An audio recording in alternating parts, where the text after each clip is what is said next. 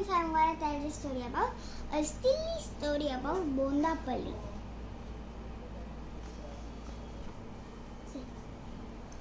In a tiny kingdom long ago, there lived a king and a queen and a prince. The king and the queen loved to eat, but not the prince. Every day he protested. First, awful, I don't want it. Take it away.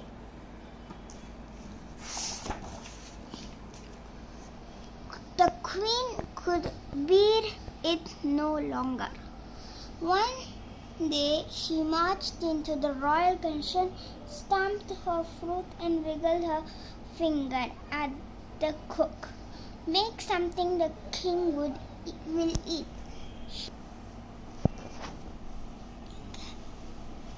Something the prince will eat, she roared at the cook, or it's off with your head.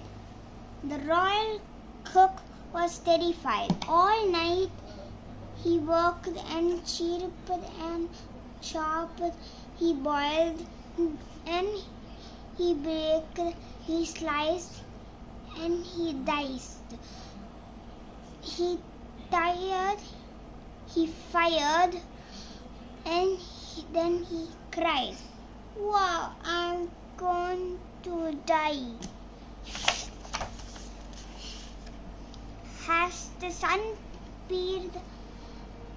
Just as the sun peered out, the next morning the cock crowed loudly, "Cock-a-doodle coo, coo." The dog jumped up and fell on the cat. The cat jumped and fell on the cook. The cook jumped and fell down. A spoonful of batter plunk into the hot oil. It sizzled and swelled up into a round ball. The cook took a bite. It was crisp outside and soft inside. The royal family sat down to eat. The cook stood behind the door. He held his head tightly in his hands. In the case of the queen, sent it rolling. The hot golden balls were served to the prince. He sniffed, he nibbled, he gobbled. First one, then another, and another. Wonderful. He sputtered, his mouth full. "Yes, wonderful," declared the king. "No," he said. "Wonderful," shouted the delighted queen. These are bondas." With a sight of relief, the cook mumbled, "Yes, bonda," and circled back to the kitchen.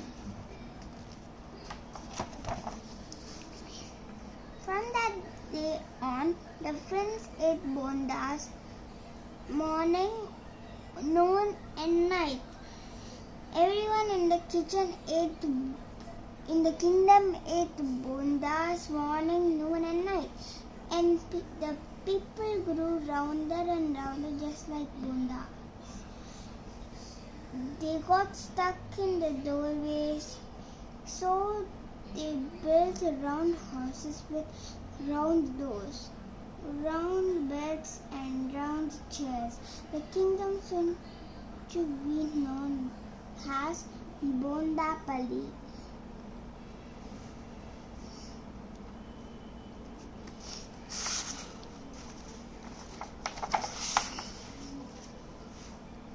Everywhere in Bondapalli, shops sold bonda, little bondas and huge bondas, sweet bondas and salty ones, all sorts of bondas for all sorts of people. Everyone was happy, ate They ate bondas and danced and slept and ate some more. Life in Bondapalli was wonderful. When the news reached neighboring king, he was upset. In his kingdom, people were lean and skinny with long heads, sad faces. He wanted them to be round and happy and wonderful too. I will capture Bondapalli, he decided, and sent out his soldiers with their vain fight visions. My army. The Prince of Bondapalli ordered his minister. The soldiers huffled and puffed up the palace. The king looked at the soldiers. They were round like bondas. How would they fight the mean army? Follow my orders, he said to the minister as he climbed to the top of the palace to see the enemy.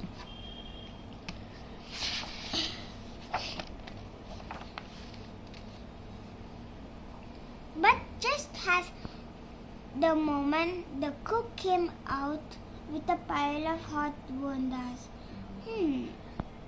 the prince turned to look down. He fell down the steps, bouncing like balls. Oh, that's the command, the minister thought. On your marks, get set. Oh, he ordered the soldiers. Bounce! The soldiers pulled themselves up and began to bounce. They bounced out of the palace right into the battlefield. The enemy saw hundreds of balls charging towards them. Some thought they were gigantic cannonballs. Others thought they were monsters. They were very, very frightened.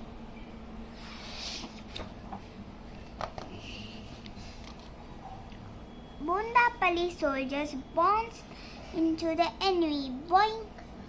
The lean, sad soldiers stumbled and fell. Oof! The Bondapalli soldiers bounced between the horses. Boink, boink! The lean, skinny horses stumbled and fell. Poof! The Bondapalli soldiers bounced all over the enemy's machines. Bonk, bonk, bonk! And the lean, mean machines crumbled. Crunch, crash! The prince stopped bouncing, stood up, and straightened his crown. I'm hungry, he declared. He looked